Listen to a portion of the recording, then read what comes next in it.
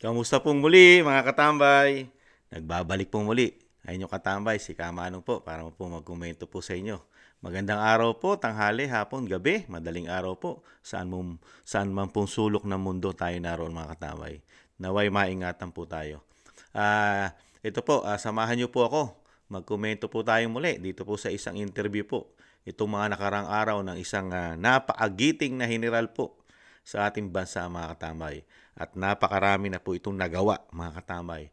Di ba ba? Nakita naman natin po ang mga nagawa ng isang napaagiting na general nung mga nakaraan po ay talagang bawasan po at tanggalan ng security ang Vice President. Di ba ba? At yung isa pa, yung ginawa po nila doon sa kingdom po ng Pastor Kibuloy. At meron pa pong namatay doon mga katambay. Napaagiting po. At ngayon naman po, tingnan po natin, komentuhan po natin ang kanyang reaksyon po.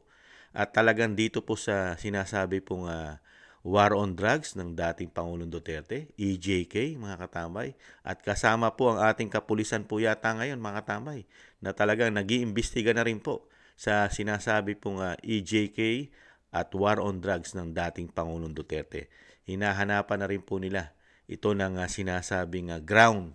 Kasama po yata ng Quadcom Committee po yata ito at ng buong puwersa po ng gobyerno ay magkakasama na po para sa pag-iimbestiga po sa dating Pangulong Duterte. At meron din pong pananaw ito mga katambay at pakinggan din po natin ang pananaw ng isang magiting na general sa mga gumagamit po ng droga sa ating bansa. Ito po, umpisa na po natin at nakomentuhan po natin.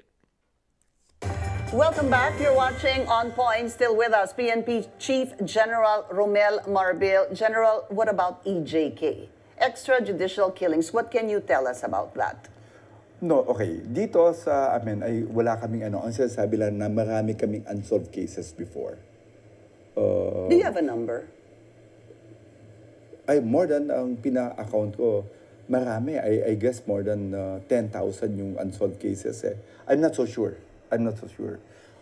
Pina-account ko lang. Yung lahat na namatay during that time, yung mga unsolved cases. During the time, to be specific, of Between the 2016 to 2022. During the time of former President Rodrigo Duterte. Yes. Okay. So, ibig sabihin nun, pinapakalap, nabasa ko din po yun, pinapakalap mo na yung datos tungkol dito sa mga sinasabing unsolved killings. Because we have to compare. Kasi sinasabi nila, during that time, walang crime. Eh, teka lang. Kami nga unsolved eh. Diba? During that time, walang drugs. Remember. Hindi. Anuhan mo po na natin, putulin natin. Hinagahanap po siya ng mga crime. Napakarami daw pong crime during nung sinasabi po ng war on drugs ni dating Pangulong Duterte. Ito po, mga karamihan po rito, majority po rito ay talagang gumagamit po ng droga ito at lumalaban po sa ating pamahalaan, di ba ba? Kaya karamihan po rito mga namatay talaga nanlaban, majority. Pero ang tanong po ni Kamanong, hinahanapan mo po ng napakaraming crime, di umano, ang administrasyon po ng dating Pangulong Duterte. Bakit po yung administrasyon po ni Pinoy, parang wala po yatang mga crime sa inyo? Dahil sinasabi nyo 10,000 yung unsolved na dapat nyo imbestigahan. Di ba? Pero hindi po kayo nangihinayang, ibalik tanaw po natin, hindi po nangihinayang isang magiting na general dito po sa panahon po ni Pinoy na may namatay po na 85,878 during administration ni Pinoy po 2010 hanggang 2016. Hindi po nangihinayang isang general dyan. At ang karamihan pong napatay po rito sa panahon po ni Pinoy ay mga normal na tao. Normal na tao, mga katambay. Dahil nagkalat po mga addictus doon at kriminal. Di ba? Pati po yung motor. Pati motor nagagamit sa crime. Di ba? At mga NPA, kasama rin po dyan. Napakalaki po palang numero sa isang General Marbil. Ang sinasabi po mga unsolved crime ng dating Pangulong Duterte dito po sa mga nanlaban. Sangkot po sa illegal na droga. At krimen, hindi lang po na illegal droga yan. May mga krimen yan. Di ba? Pero yung 85,000, hindi man lang po nyo napagtuunan ng pansin ang 85,878. sa panahon po ni Pinoy. 85,000 ang killing. Ibang klase po, no? Pagpatuloy po natin. Po kasi basihan we talk to President, it's not the basis na po kayo maraming drugs noon. Kasi ang drugs kasi, hindi problem, it's like more of economy. Kaya maraming crime because baba economy. So you're saying that during the time of the Duterte administration, na sinasabi po nila na bumaba ang maraming nag-surrender na mga drug users or drug addicts, na so many barangays were drug-free during the Duterte administration. I think it was Senator Bongo who said that during his opening statement at the Senate. Are you saying that's not true? Yun nga yung sinasabi natin Ang drugs, it's more on addiction kasi yan Maybe hindi ka gumagamit ngayon, pero bukas makakagamit ka. Problema kasi yan Hindi naman kasi problema, hindi kasi sa country natin nagagaling ang drugs coming from abroad, no? Kaya nga, when we try to compare, yun yung sinasabi ko nga dati. Bakit? Sabi niyo, 2016 to 2018, tas from 2022, from the time to 2024, mas mababa yung crime natin. Recorded, no? Pero remember, sabi ko, pag-aralan nyo nga mabuti kasi during the time of 2022, 2021, that's really worst. Ang pinag-uusapan po dito, General, yung pagbaba po ng drogang pumapasok sa ating bansa. Di po ba, General? Kasi pag may nakapasok na pong droga sa ating bansa, ito po ikakalat at gagamitin po ito ng Pilipino. Di po ba? At ang problema po rito, nakatingin po tayo sa crime. Ileles po natin yung crime, pero yung droga naman po, hindi natin ileles. Ganun po ba? Lalo na naman lalagana pala ang droga sa ating bansa, mga kababayan ko, mga katambay, pagka ganito po isang general. Hindi po pala talaga sila tutok na sinasabi po nga war on drugs. Talagang kitilin mo lahat. Hindi lang po ang droga na pumapasok, pati po ang gumagamit ng droga, kailangan mo kitilin yan. Dahil ang droga po, hindi po vitamins yan. Hindi parang sumakit lang ang ulo mo, parang paracetamol yan. Nakakasira po ng ulo yan. Kinabukasan po ng Pilipino nagagamit ang masisira dyan. Di po ba? Napakahirap pong bumalik sa normal. Lalo ko ikaw ay magiging addictus na. May side effect na sa utak po ng tao ang pagkakalulong sa droga. Yung pagiging normal mo, napakalabo na po, napakalit na porsyento na pag ikaw ay addicted dyan, na bumalik, yung pinaka 100% na bumalik ka sa normal. Di ba? Merong side effect talaga. Mga katambay, pakinggan po natin, ibang klase po pala ang general natin ngayon pagdating pagsugpo ng droga. That's after COVID. Ang COVID dapat ang maraming magnanakaw, ha? Maraming magnanakaw kasi walang trabaho ang tao. Tingnan mo yung pananaw ng isang general. Ibinasi pa yung sa COVID.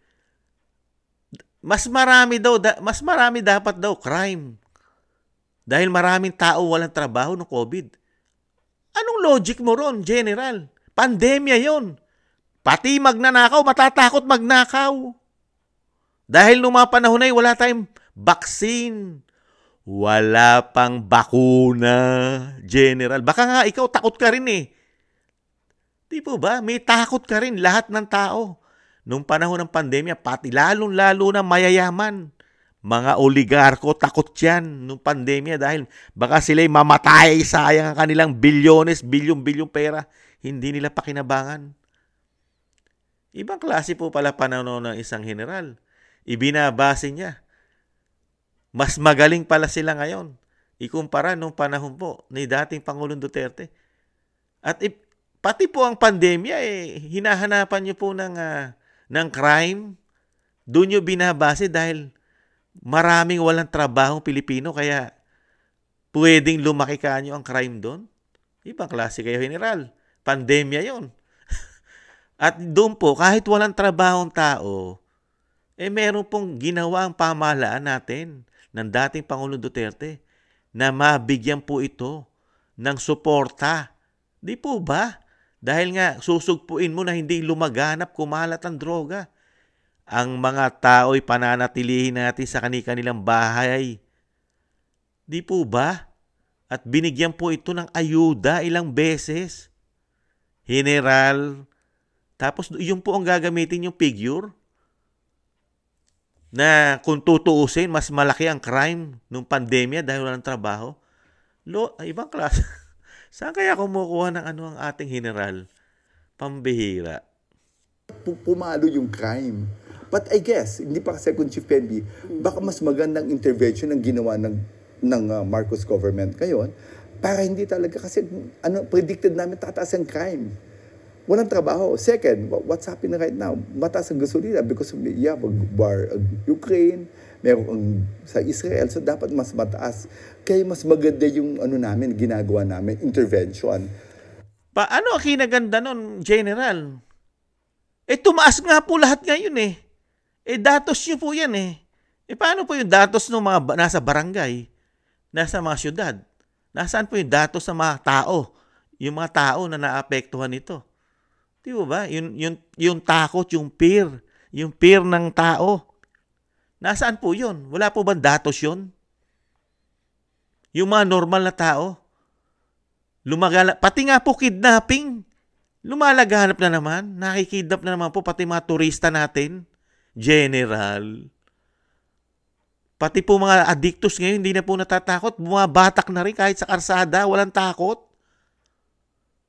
Tapos sasabihin nyo, walang crime, less ang crime, mas maganda ang pinatutupad ng Marcos administrasyon. Ng Marcos administration, maganda po, General, sa inyo po. Ay, ibang klase po pala ngayon. Talagang wala po pala tayo asahan talaga. Pagdating po sa sinasabi mo pag-control at talagang ang ating droga. Dahil hirap na, hindi po talaga nila pala ito, tututukan na talagang kamukha nung kay dating Pangulong Duterte. Napakaswerte po ng mga taga Davao pala.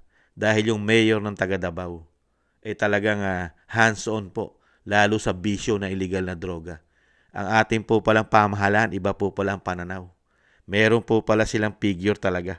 Dahil unang ginagamit na figure, pandemya.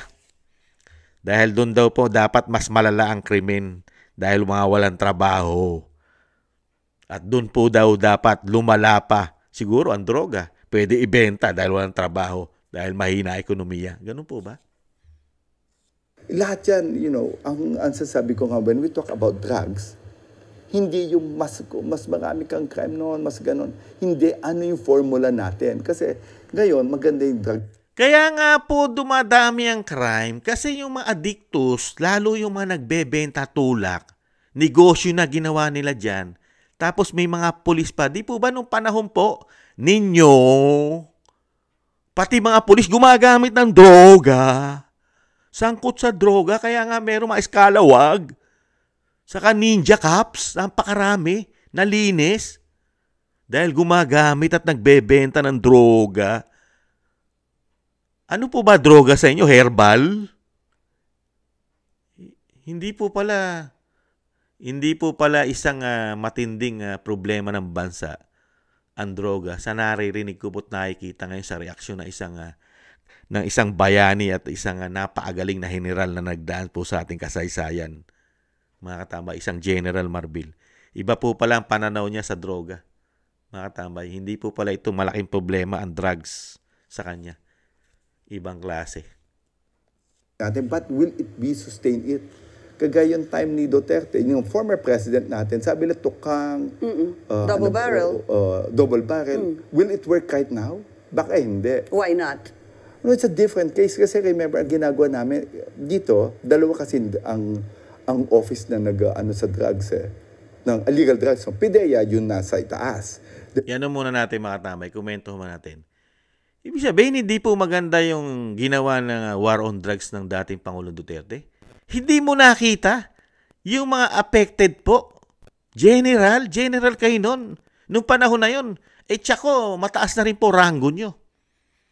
Meron na rin po kayo star sa balikat. Ngayon po kasi 4 Di ba?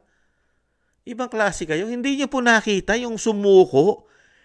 Mahigit 1 milyon ang sumukot nagparehab na mga Pilipino. Kaya nga po kinilala ang ating bansa. Dahil sa dami na nagsuko, nagparehab ng mga affected at gumagamit mga durugista, adik. General, ngayon po ba may sumusuko sa panahon nyo na milyon-milyon na nagbabalik loob dahil napakaganda ng ginagawa nyong pagsugpukan nyo sa droga ng Administrasyong Marcos? Ano po ang figure na marami nagpaparehab? General, di po ba napakagandang ginawa ng isang presidente? Di ba? Meron kang war on drugs, nagkaroon ng takot ang mga Pilipino na ito'y gamitin at ito'y tangkilikin. Kaya nga nasugpo ng malaking porsyento nung panahon ni Pangulong Duterte, ni dating Pangulong Duterte, ang droga. Kasi mismo yung mga gumagamit, sumuko, nagparehab. Di po ba, General? Nakalimutan nyo na po yun? Doon lang po kayo nakatingin sa war on drugs, sa mga namatay. Pero hindi po kayo tumingin doon sa mga sumuko na yun ay po pwedeng mamatay. Dahil yun po lalala, magiging addictus talaga yun. At baka balang araw, pag kayo'y lulong na, ang magiging kapalit na nun, crime na. Dahil unang-una, mauubusan sila ng kanilang pambili ng droga. Di po ba? Makapagtatrabaho po ba ng matino ang mga addictus? General, magiging normal po ba yan? Pag kaya'y lulong sa droga? Maaasahan mo po ba yan? Magtrabaho? Mga nakikita nyo po mga dilat na dilat ang mata at kumakatay ang laway no iba-iba. Nagngunguwi-nguwi. Sino nga employer ang tatanggap dyan? Makapagtatrabaho ba yan? Kahit ako employer, paano ko tatanggapin yan?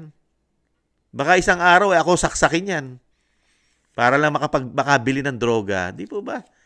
Ibang klase ang pananaw ng the ones supposed to be mga supplies, yung mga dito kami from abroad, no? Dito kami sa mga middle, yung mga nandito sa ibaba. Ang hinahabol namin, of course, we learn our lesson so well. Ibig sabihin, ang hinahabol nyo sa ngayon, puro sa baba. Hindi ibig sabihin, pagpasok nung nasa taas, kakahalat sa baba yun. Di po ba? Ba't ayaw mo tutukan yung malalaki? Kamukha nung ginawa ni dating Pangulong Duterte. Lahat tinutukan niya. Pati karagatan, seaport. Di po ba? Tinutukan niya. Hindi lang yung air, pati seaport tinututukan ng dating Pangulong Duterte. Dahil ang Pilipinas, napakaraming entrance niyan para makapasok ang droga. Di po ba? Bakit dito tayo nag-uumpisa sa mababa? Talagang pararamihin pala natin ang drugs sa ating bansa. Di po ba? Bakit umiikot ang drugs? Bakit? Asan ba yung sources niyan? Kaya nga, kung nakikita mo, mas marami kaming nahuhuli. Because pinag-aaralan namin yung mga sources. Marami talaga kayo mahuhuli, General. Dahil nga marami nang gumagamit ng drugs ngayon, lalo sa baba. Nagkalat na po. Di po ba? Pati nga Malacanang, napapasok na ng droga. Di ba? Meron na huli po, di po ba sa Malacanang? Mismo sa executive secretary nagsabi na doon sa facility ng Malacanang may nagbebentahan ng droga ron. Sabi nga ng mga Pilipino, di umano, alin lang daw po sa dalawa kung kumukuha ng supply ng droga sa Malacanang o nagdadala ng supply sa Malacanang. General. Meron pa meron pa hubang sources na galing sa police? Hindi sa police, no. Yung mga umiikot, paano nila travel, asan nila. Kasi ang sinasabi lang, ang maraming drugs ito kasi yung Supply shoreline chain. natin, ang malaki. Tama yon. Sinabi na nga po ni dating Pangulong Duterte yon. Nagagamit talaga yan. Di ba? Ang buong Pilipinas, makakapasok ang droga dyan. Di ba? Napapalibutan tayo ng dagat. Di po ba? Hanggang isasalita nakikita po natin komento ni Kamano. Sa salita lang po yata magaling ang general, mga katambay, para kontrolin ng droga. Pero hindi po nakikita ng mga Pilipino sa gawa pala.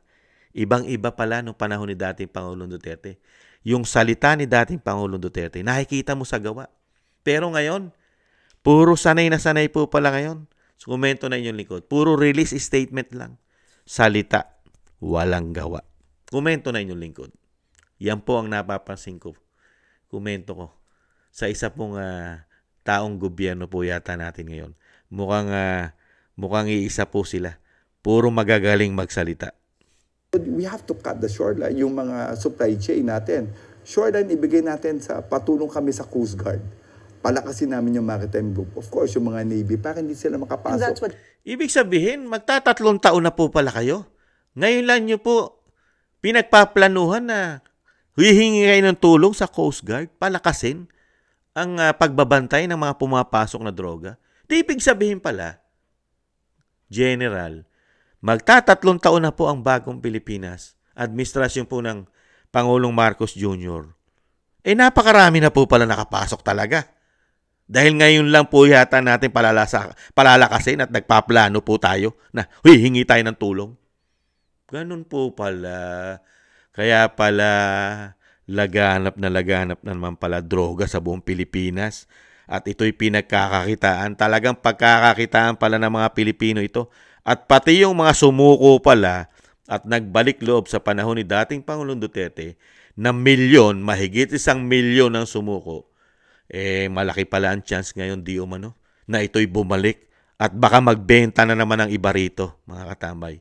Ibang klase. Mukhang lalaki pa komento na inyong likod. Mukhang tataas po pala ekonomiya ng droga ngayon sa ating bansa. Ito po pala isang magiging legacy yata ng ating bansa para tumaas ang ekonomiya dahil sa droga. Laganap Di ba? Ay, nako. Pagka ganyan po ang policy natin, kailangan po pala hinga na rin natin ang buwis ang droga pala ngayon. Baka maisipan na rin po ng gobyerno ngayon. Dahil lumalaga na po ang droga ngayon baka hinga na rin po ng Finance Secretary Ralph Recto ng buwis ang mga drugs ngayon para po magamit po yata nila yung pera. Komento lang na inyong lingkod. Di po ba? doing right now? Kaya mas marami nagtatapon ng drugs ngayon, di ba? Sa Ilocos, marami nahuhuli doon. Tingnan mo mga tambay. Alam niya. Di ibig sabihin, taliwas pala doon sa sinasabi ni Senadora Amy Marcos na wala pong tumatapon at nakakapasok na droga sa kanila, pati ang yate at submarine na sinasabi, ay hindi raw totoo dahil nung siya ay gobernador. Sino po ba totoo? Ang Senadora Amy, nung nakaraang pahayag niya, wala at hindi totoo ang sinasabi ni dating Pangulong Duterte. Kinuwestiyon nga niya na ang sinasabi ni dating Pangulong Duterte hindi totoo dahil siya ay gobernador.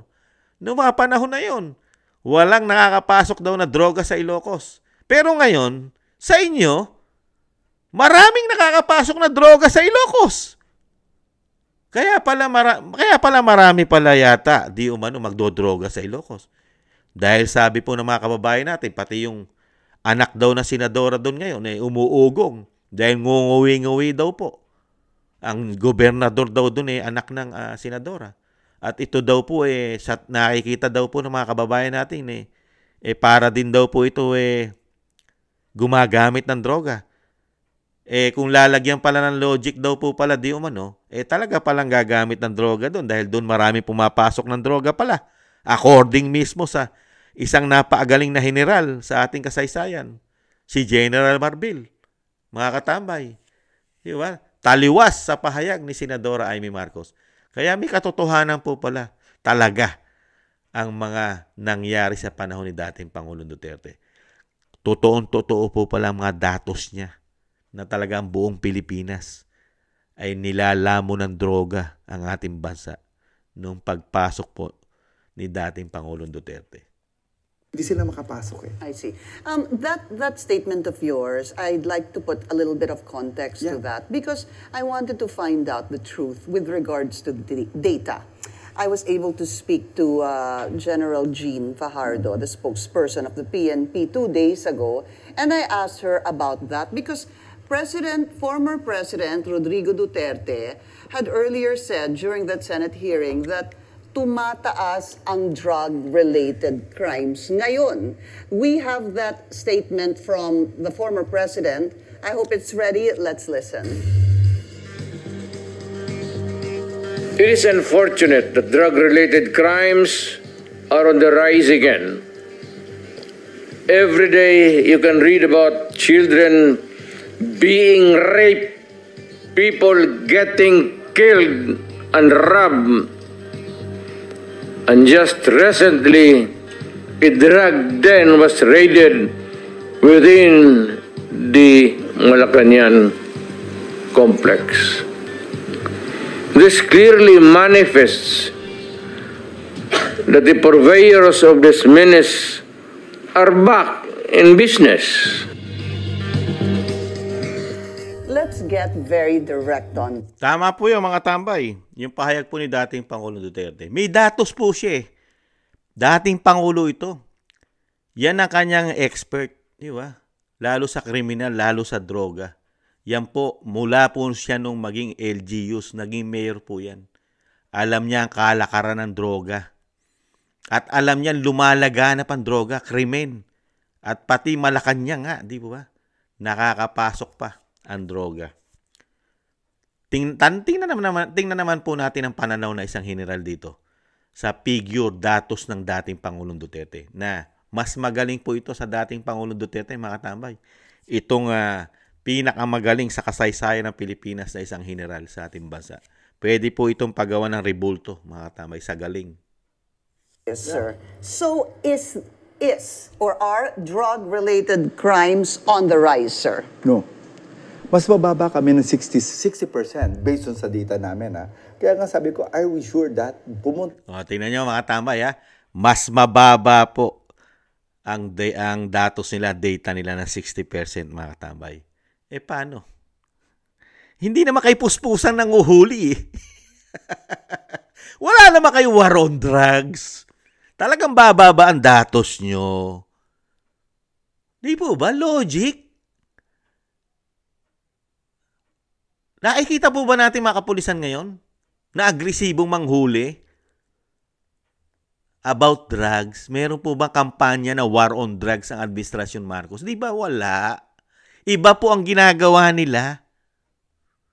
Ibang style. Paano hindi bababa datos nyo? Samantala nung dating Pangulong Duterte, masipag po ang mga kapulisan. Ginagalugad lahat ang mga barangay para manghuli ng illegal na droga. Pinapasok lahat. Kaya mataas ang datos nila, lalo sa droga.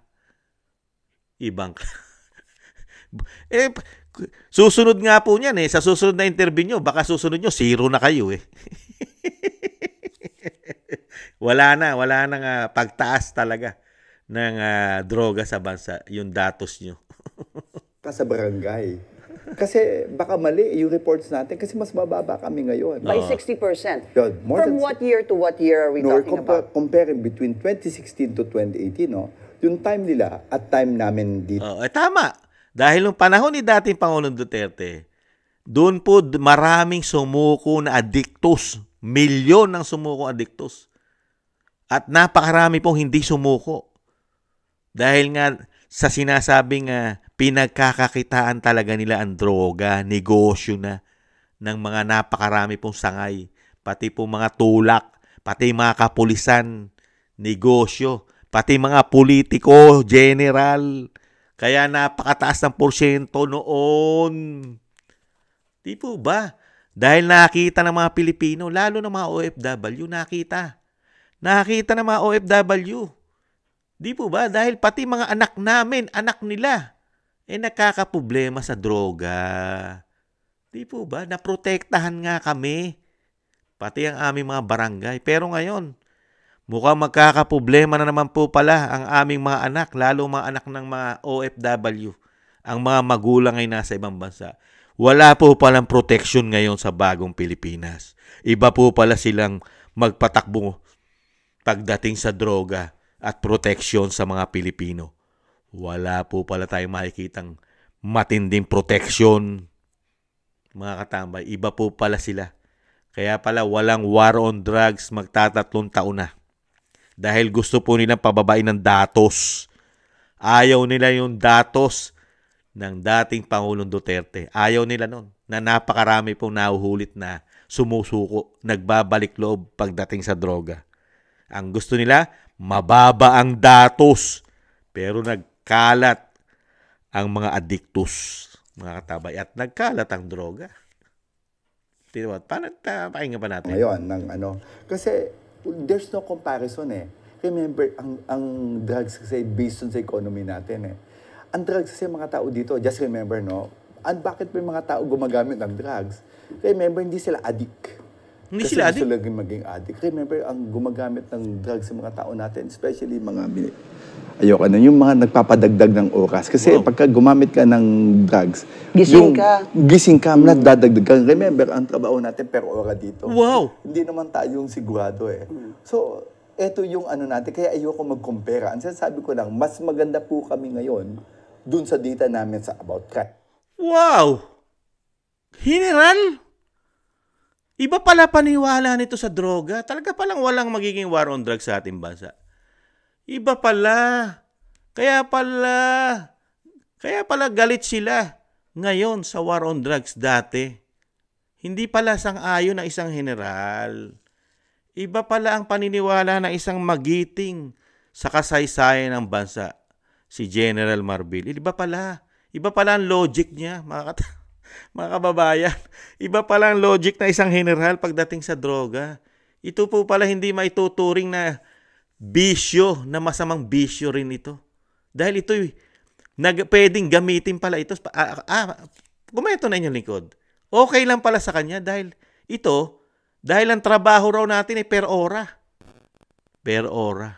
At ito po ay talagang nagagamit yata at po pwedeng gamitin ng mga nagtatrabaho dahil per ora.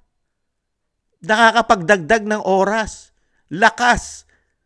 Meron naman logic din kinunan si General eh. Bakit po mga katamay?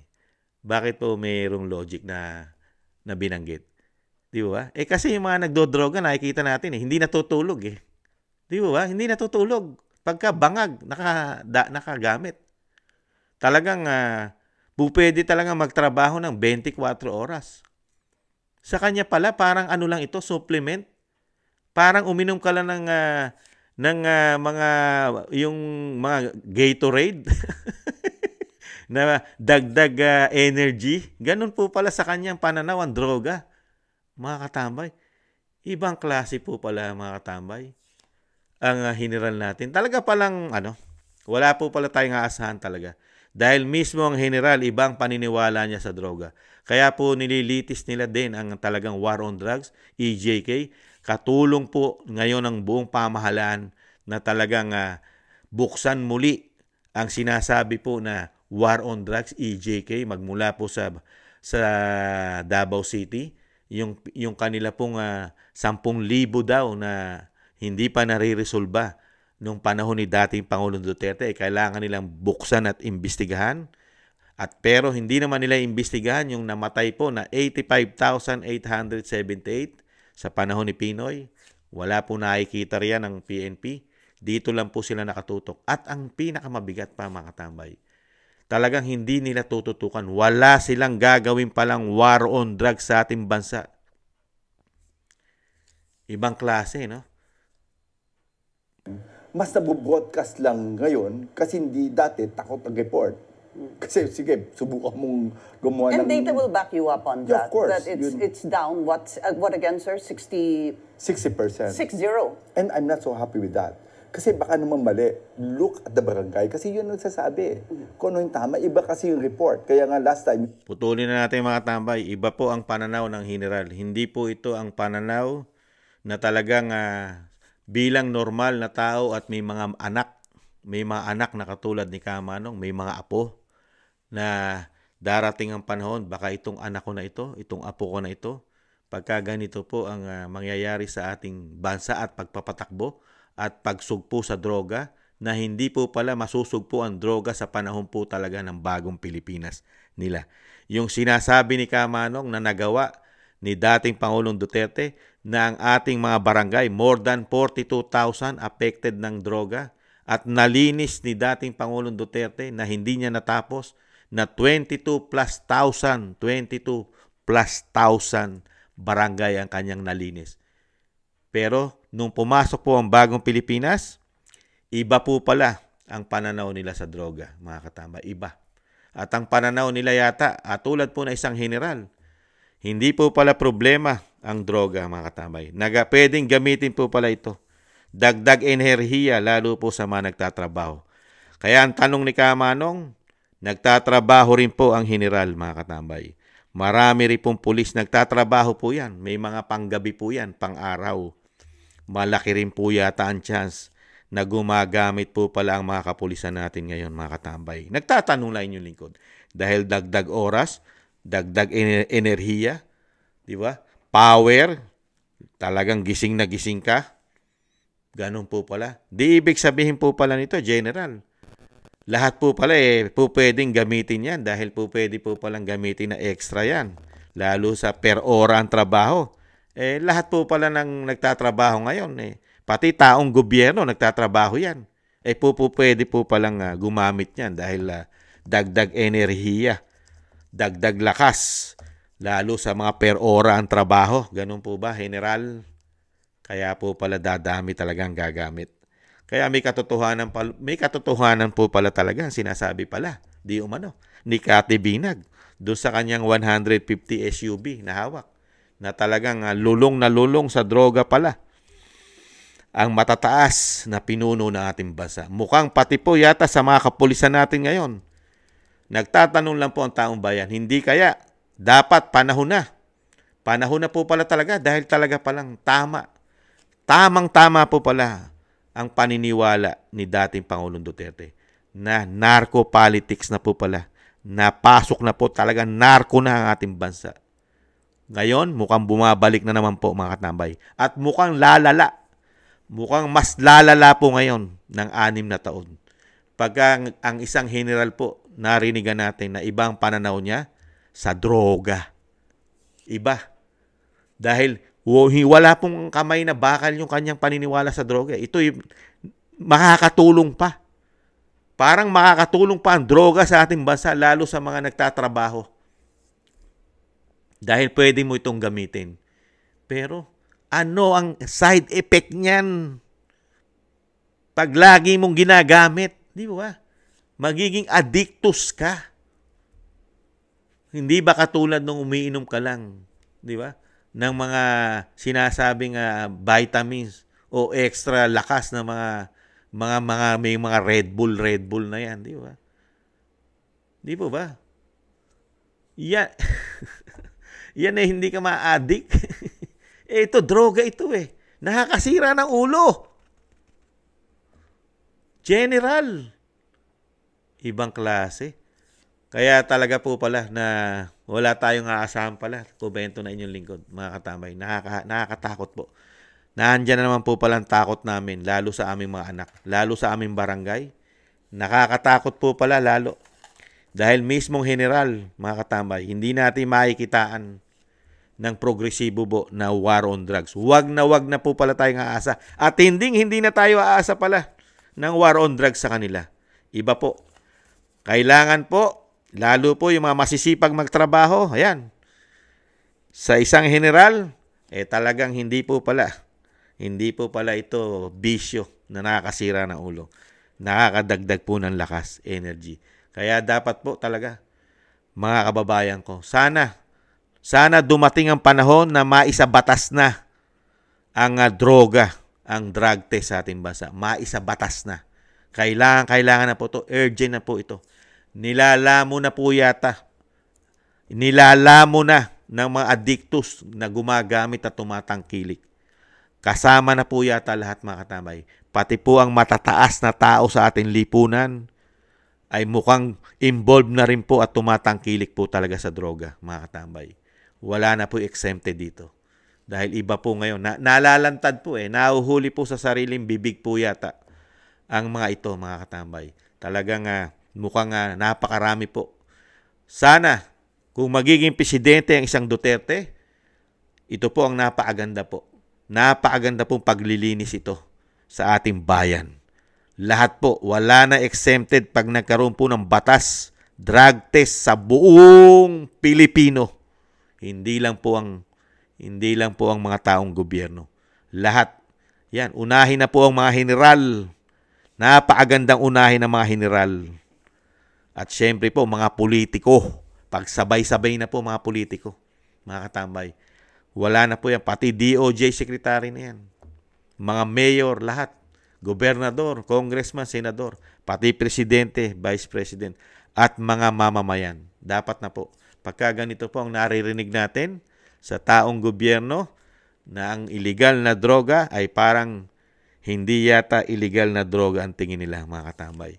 Ibang klase. Muli po si Katambay Manong, nalulungkot man na ganito po pala ang dadanasin natin. Meron po tayong pamahalaan. Napakarami pong problema pagdating sa illegal drugs, pero pagdating po pala sa kanila, may kanya-kanya silang pananaw. Iba ang pananaw nila sa droga, mga katambay. Isang vitamins, isang dagdag energy na po pwede mong pakinabangan lalo kung ikaw ay nagtatrabaho ng per oras. Muli po, maraming salamat po sa mga gusto po ng ating maliit na Tambayang Makabayan sa YouTube at TikTok. At thank you rin po sa mga nagla-like, share, and subscribe at comment. Maraming salamat po mga tambay. Sa muli, paalam. Bye-bye.